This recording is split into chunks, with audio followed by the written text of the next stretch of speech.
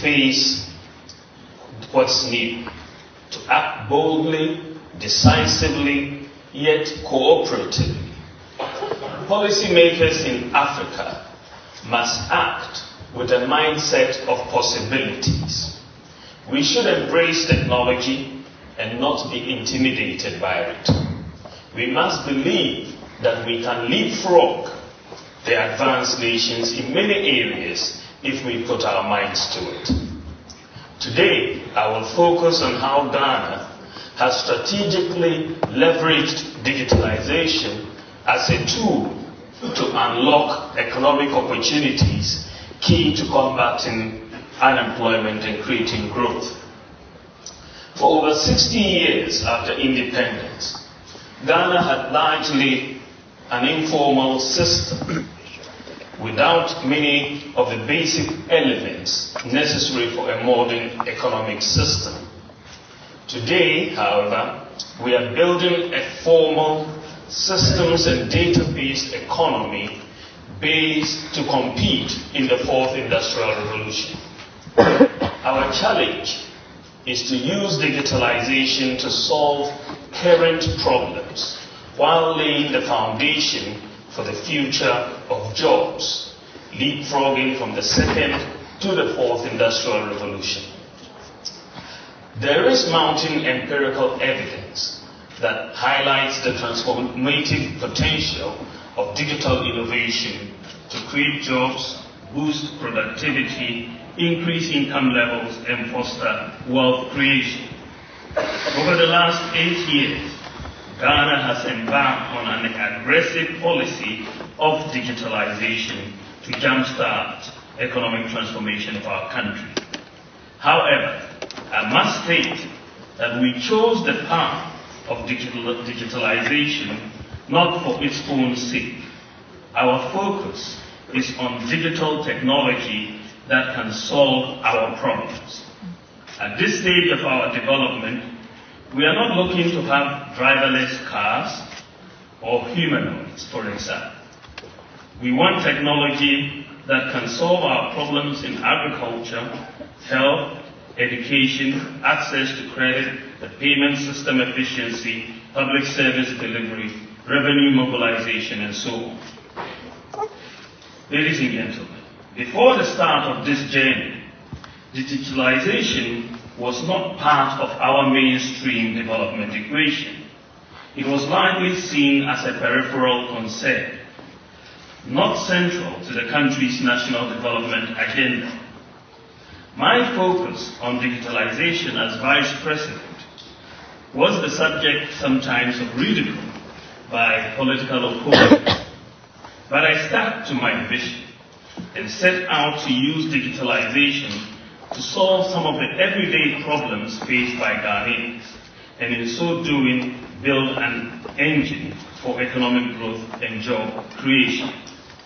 The most important challenge for our economy as far as digitalization was concerned was that in Ghana, most people couldn't be uniquely identified. Practically, it was possible to be born, live your entire life, die and be buried in Ghana without there being any official record that you ever existed. Everyday interactions with public services, whether it's by applying for a driver's license, passport, or any government permit, became difficult. Corruption was also widespread, and taking bribes became almost normal in the delivery of many public services. Other challenges we faced included that the absence of a functional national property address system. A modern economy simply cannot function without a reliable address system. A large formal economy also existed, the reliance on cash payments. The informal sector dominates much of our economy, and cash transactions were the norm, which makes tracking and managing economic activity difficult. We also had a large portion of the population lacking access to formal financial services, and leaving many financially excluded from the system.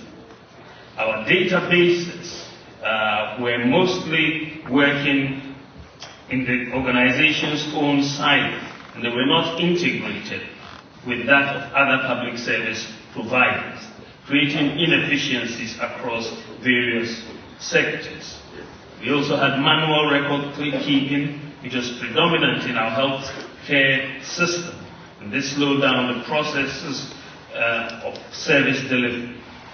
Also, those living in rural and remote regions were very much underserved with limited access to quality healthcare services. Most citizens did not file taxes, and there was no effective way to track or ensure widespread tax compliance. When we came into office, only 4% of the adult population had tax identification numbers. We also had no broad-based, individualized credit scoring system. And can you imagine what will happen, ladies and gentlemen, to employment in the United States if you face some of these challenges, such as no social security number, no address system, no credit scoring, and so on? It will be a completely different economy that will emerge. So I came to the conclusion that most of the problems and challenges that we faced as a nation in Ghana, that we had lived with for the last 60 years after independence, could be solved through digitalization. In fact, I had expressed this view in a book that I had authored 7 years before I became vice president.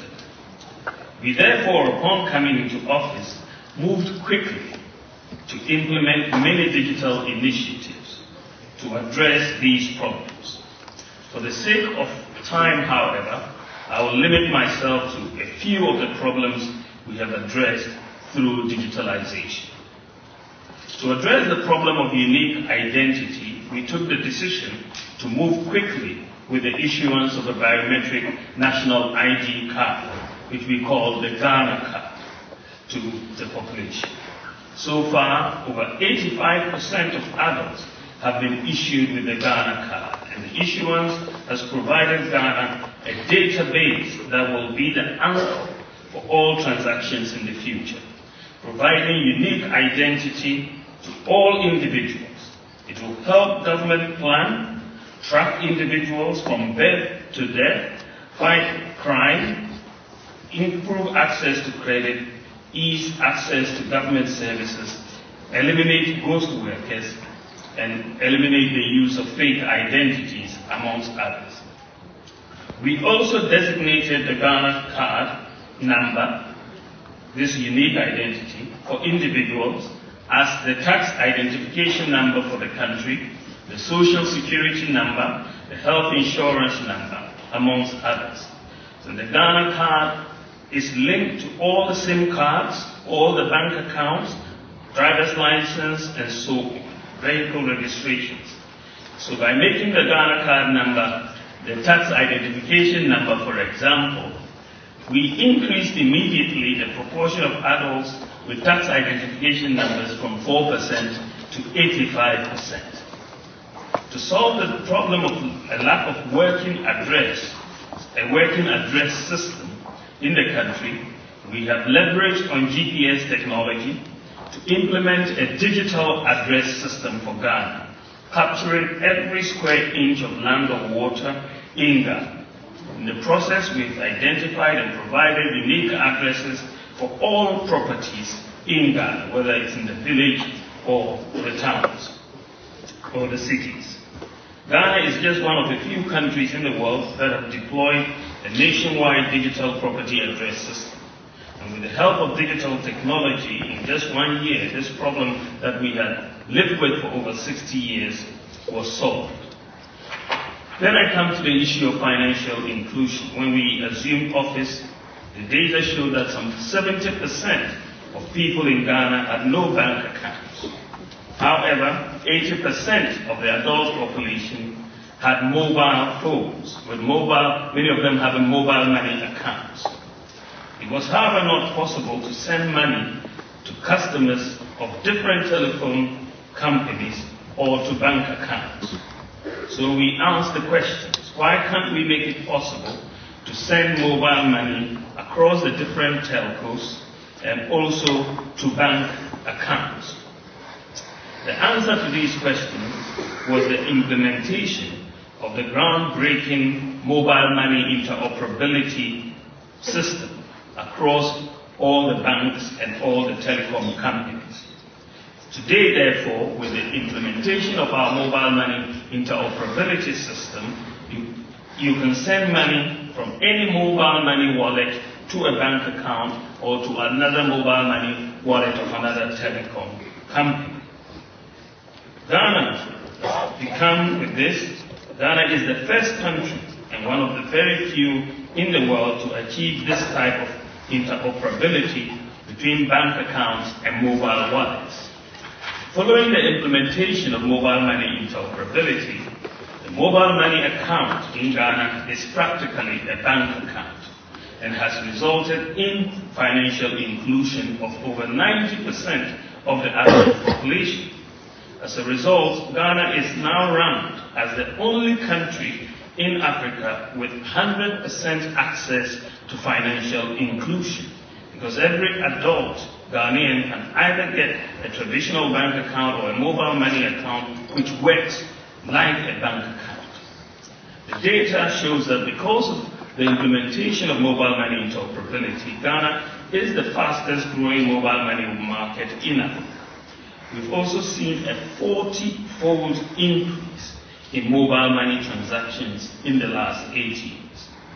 Ghana is also the only country in Africa and one of only a few in the world with a fully interoperable multiple instant payment system. In addition, Ghana has been ranked as the best in the world as far as mobile money regulation is concerned. Furthermore, Ghana has implemented a universal QR code payment system, one of only 4 countries in the world to do so, the others being Singapore, India, and China. Ghana is therefore at the cutting edge of the implementation of digital technology in the world. The digital payments infrastructure, along with the digital property address system, is boosting e-commerce in Ghana and creating jobs. E-commerce is also booming across many sales are now taking place over Instagram, over Facebook, across websites. Many people who could not afford to rent or build shops are able to do business on the internet with little cost, with deliveries held by the digital address system and payments using mobile money interoperability. Ladies and gentlemen, to improve access to government services, we have deployed what we call the Citizens App.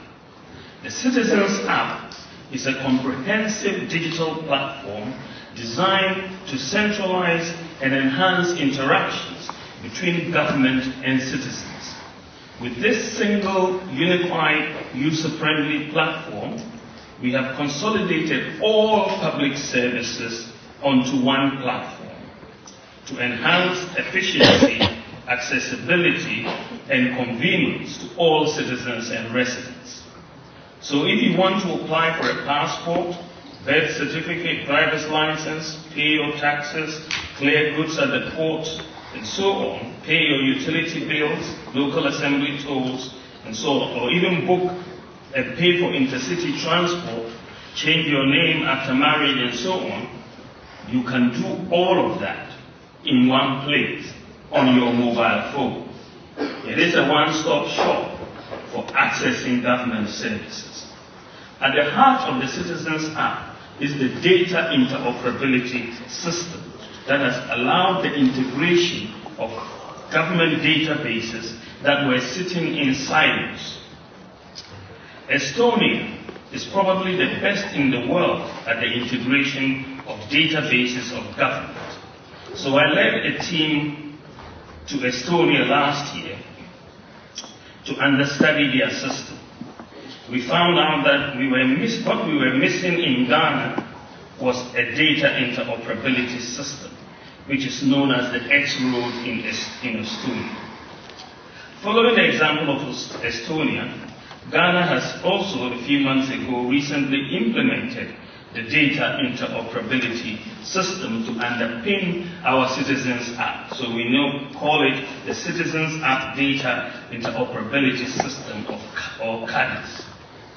And this is to integrate all the existing government databases, for example, the databases of the National Identification Authority, the Ghana Revenue Authority, the Drivers and Vice Vehicle Licensing Authority, the Passport Office, National Health Insurance, Social Security, the SIM cards, and so on.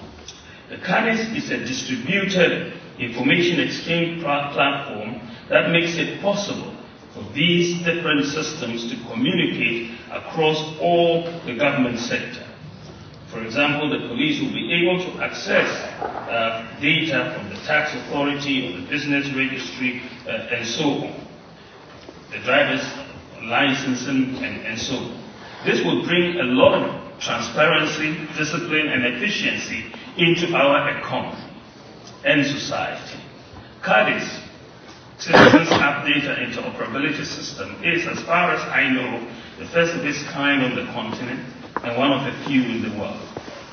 I consider CADIS as one of our biggest accomplishments in the digitalization space.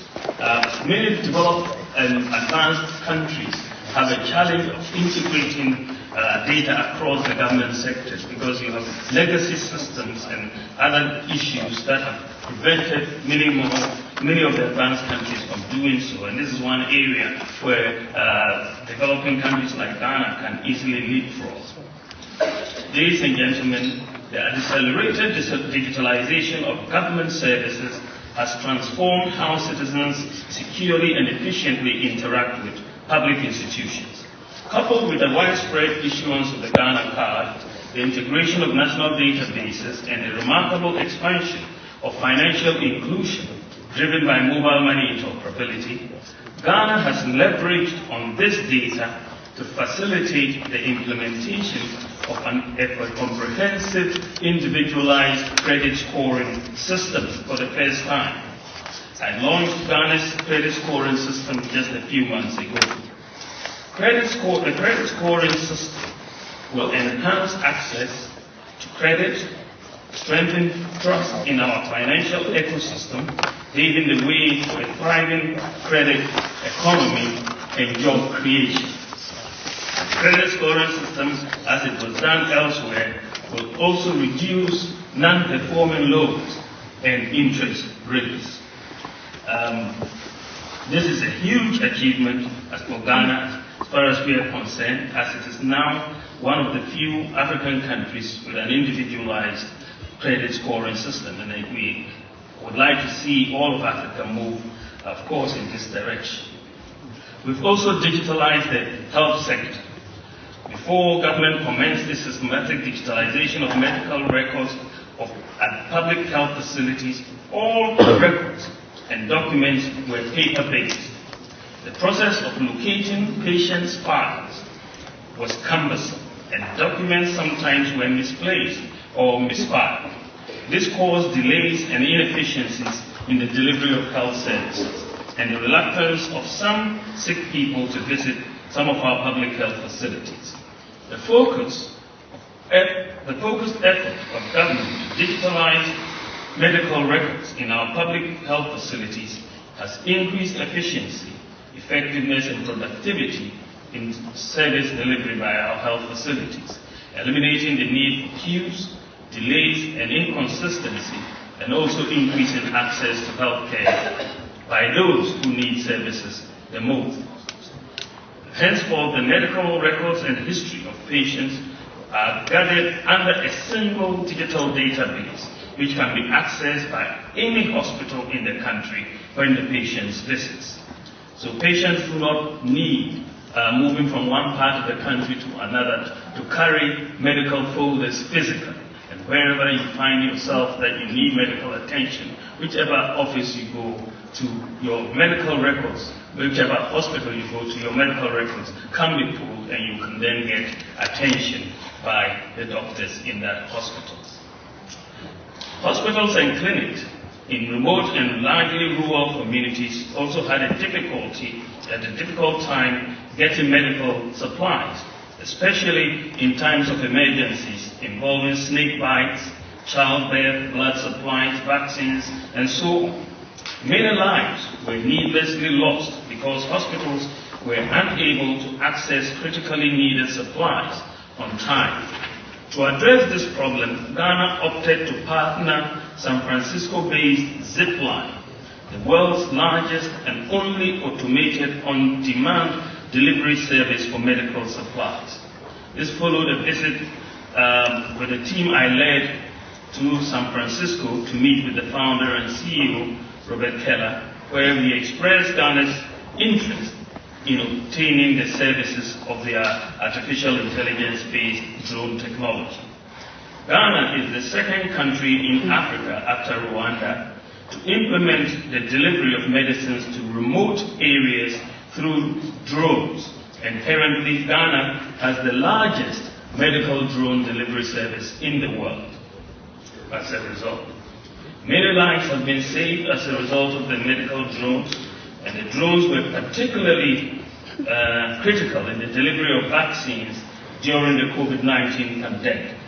In addition, the Ghana Health Service has made significant financial savings as a result of the Zipline drone delivery program. I must say that all the drone centers in Ghana, we have 6 of them, and the flight operations are 100% manned by young Ghanaians. We've also digitized in the area of agriculture.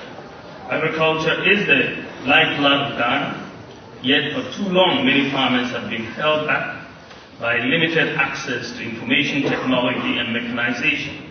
There was very little information on farmers and farms, and this makes it very difficult to target farmers with inputs such as fertilizer, seeds, and credit.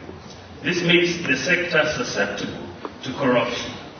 We therefore took the decision to build a database of all farmers and farms in Ghana through digitalization.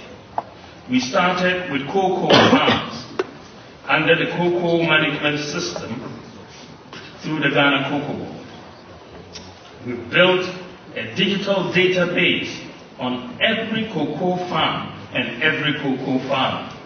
All cocoa farms and farmers have been given unique identities in the database to facilitate easy tracing of their farms and cocoa produce harvested from these farms. A barcode is assigned in the system to each sack of cocoa to make traceability easy. Ghana is the only cocoa producing country in the world to have done this. The CMS, the cocoa management system, ensures traceability from farm to export, increasing transparency and competitiveness in global markets. It provides confidence to private suppliers, providing farmers with products and services on credit terms that will provide commercial lenders in providing short-term credit financing towards production. By digitalizing the agricultural value chain, we are transforming Ghana's farming sector into a modern and profitable industry.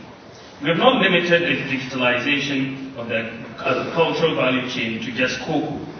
Our goal is to collect and digitalize data on all farms and farmers in Ghana.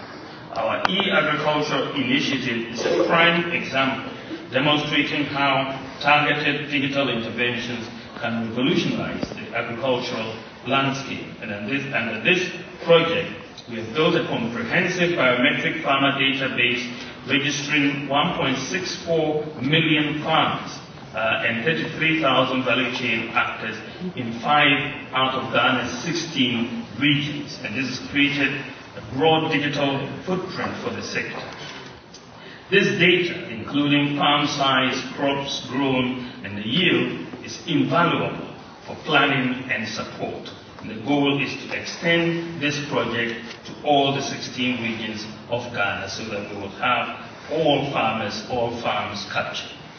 I would like to close these brief remarks by touching on the broad theme of this conference, Africa beyond borders, a myth or a mandate for Africa's progress. I will argue that it is not a myth. A lot of work is going on to realize the vision of the AFCFTA. All 54 African countries have signed the agreement, and 47 of the countries have ratified it. The AFCFTA is the largest free trade area in the world, and the number of countries actively trading on the AFCFTA currently stands at 39 out of the 54 countries. And this signals a growing commitment across the continent. We saw an increase in intra-African trade by 3.2% in 2023 to reach $992 billion. And recently, the AFCFTA has also adopted a digital trade protocol to accelerate the realization of the vision. This protocol, with its annexes, paved the way for a single digital market with harmonized rules, common principles, and standards that support digital trade. It also ensures that African MSMEs, which comprise 90% of the African market, with about 70% owned by women, youth, and so on, benefit from the AFCFTA. Let me conclude by saying that the digital economy holds the key to unlocking Africa's vast potential and creating jobs for the youth. By working together, governments, businesses, educators, and innovators, we can build a future where every African has the opportunity to thrive and contribute to a brighter tomorrow. Thank you very much for your attention.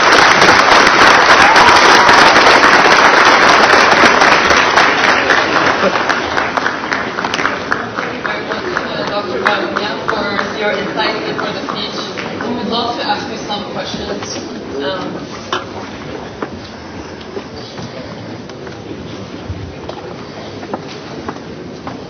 Definitely, as you mentioned, the digitalization has a lot of opportunities in Africa and can unlock a lot of potential.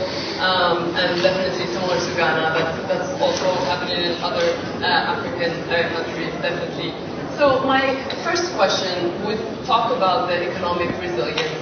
So like many African countries, Ghana has had quite some challenges in regard to debt, inflation. So I would like to understand, how did you navigate that during your tenure, and what would be kind of some takeaways for other African economies that have similar challenges?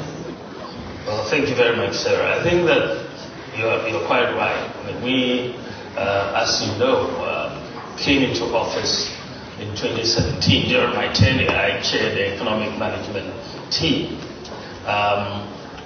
We brought inflation down to single digits. In fact, the longest running period of single-digit inflation, and for the first 4 years, we're around 7.2% inflation. We brought the deficit down. We had exchange rate stability. But then we had COVID. We had the Russia-Ukraine war, and also some fiscal excesses towards the 2020 election.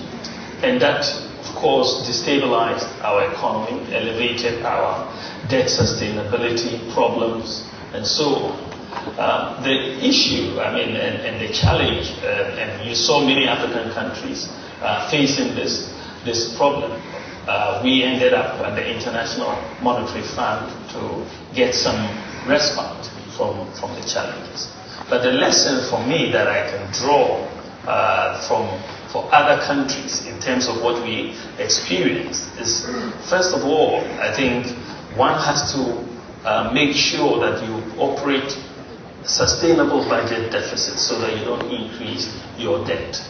And that may be easier said than done. But I think that if you look at it, and this is one of the new things I was trying to bring up in the last campaign, is that African governments should not try to do everything. There's that temptation, and that temptation results in increased deficits. You should try to reduce government spending and bring in more of private sector spending to replace government that will bring down. Secondly, you should try to increase revenue, right? So that domestic revenue mobilization becomes very, very important in doing so. And so you have large informal sector economies. Formalizing them will be very important in increasing. And also, Africa has something many other economies don't have, which is the issue of our minerals, gold, and so on. We need to leverage them to make sure we have exchange rate stability. And that is where I think we should be going. Makes sense. And I think for us, looking at the theme of the conference, Beyond Borders, and you also touched a little bit on it on the FTA as kind of one of the ways to kind of look at these economic challenges and build economic resilience. What do you think is this agreement shaping the future of Africa, and is the continent really ready for this? Yes, I believe that the AFCFTA has come at a very good time. We've played a lot of lip service to African economic integration over the years. But you can see some real momentum right now taking place with the AFCFTA, as I mentioned in my talk. 47 countries have ratified. All countries have signed it. And actually, in terms of the work that the AFCFTA Secretariat is doing, they are really pushing it to make things happen. In terms of the AFCFTA trade regime, 39 countries are now actively trading on it. You now have the Pan-African Payments and Settlement System, the PAPS, which the Afro-Exim Bank is driving, supported by the AFCFTA and the African Union, to allow African countries to trade in their own local currencies and not go through a third currency, and therefore make trade much easier. Today, you are seeing that a digital protocol has been adopted to allow for complete the digital market in Africa, which is going to be very significant to allow for ease of trade across those issues. So I think that there is a lot of momentum that we are seeing as far as the AFCFTA is concerned, and I'm very optimistic about the future. Definitely. We also really believe in the Beyond Borders in this conference. I just want to touch upon your past experience. So you had, as I mentioned in my presentation at the beginning, you had experience in both academia and the government, and that has given you a unique perspective on government and policy. Just having with us like a large audience here, what advice would you give the people here in like both being in the business but also kind of joining the political systems? Well, I believe that, in terms of the politics, I of course spent time as an academic and then as a technocrat before I entered politics. And I think that it is, for me as a politician, going into politics, it's very, very important that for all of us, the mindset of possibilities, that you go into politics to solve problems, right? And so for all of us, we should believe in the mindset of possibilities, that things are possible to be done. Africa can become a very developed continent. I really believe in our lifetime, if we put our minds to it, we will surprise many people. And we shouldn't be afraid to do things which don't necessarily work. We could fail, but we could try again and make it happen. But we should keep trying and be at the forefront of really reform and making things happen. I believe that Africa is clearly going to be the future. No, definitely. And yeah, looking ahead, Africa is now at a turning point with immense potential for growth and development. In your view, what are the key drivers of Africa's future economic success, and what really must be done today to achieve that? Well, I think that the key drivers have to be our population. The youthful population will be a major driver for by 2050. I think 1 in 5 in the world will be African, about 25%. And most of them will be the youth. So I think the demographic dividend that we talk about, with training, education, and skills can be realized. So I think that that is one. The second driver will be natural resources. That we are still very endowed, and if we make sure that we use the natural resources in a way to avoid resource scarces, then we could leverage on that. Digital economy is going to be a key driver in Africa, and of course urbanization will be another one. So I think all of these, and of course for me the biggest one would be agriculture. Land is still huge, fertile land is still huge, water is still huge, and there's going to be an increasing reliance on Africa for food production in the world, and I think that we can leverage that in growth. Definitely, I really think some of these drivers, we have heard them across the different panels during the conference, so there's definitely huge potential for growth. Just for the last minute, we would love to take some questions from the audience, and we have a QR code here. If you can scan it and ask the questions that you would like to ask, and then I would read them out.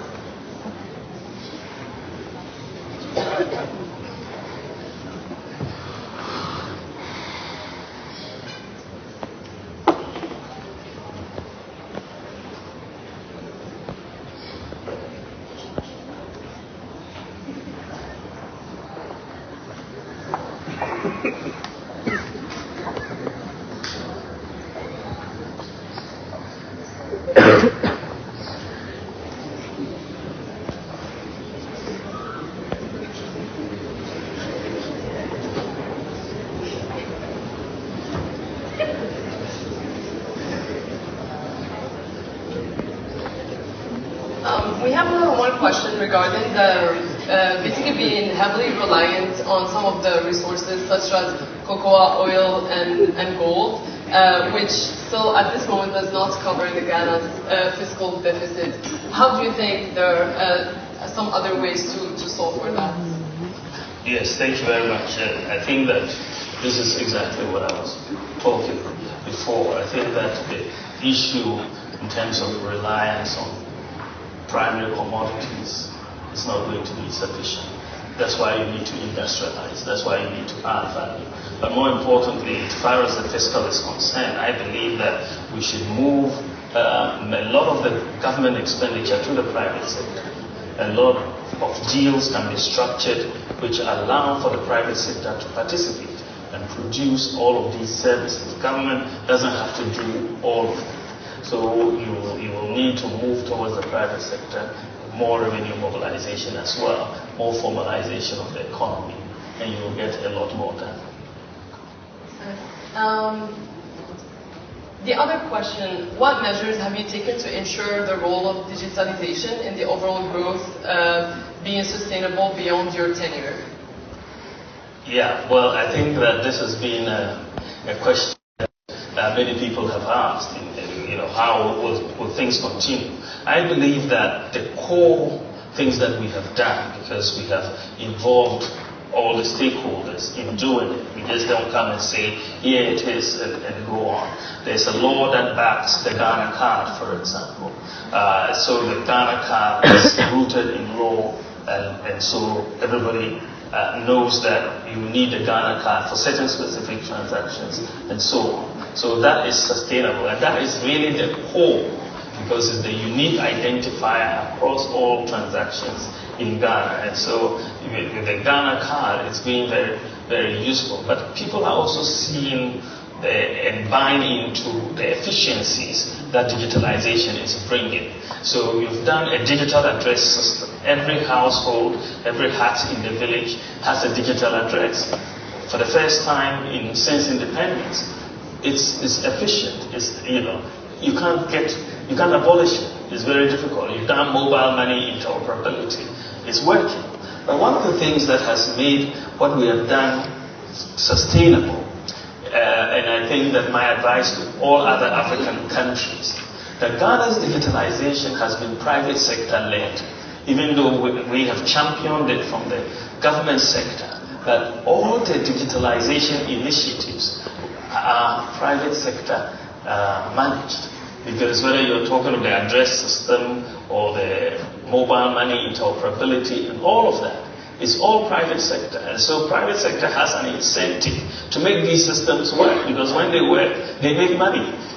So that is where I think the heart of sustainability is concerned, that you have an interest to keep the system working, and the system is delivering services and delivering efficiency, such that everybody wants to see it continue.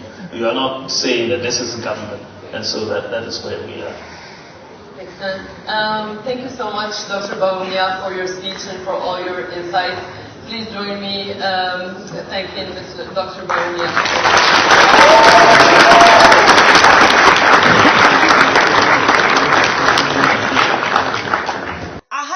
Prez multimedia. When you go so sharp, now me say Afenyo no ho de maw, say wo be subscribe ya the video to ma why the first person I want sabet me aso ye video mu na wo so so a wo ye oman ba pa no wetimi hu ya ekoso e wo oman mu like adintre bi so ho na opese wuja fato comment section ni mu edi ba ko pe na fa frame make meje so me si ha da mu nyina kwase mamumoniti a ye je me enyado.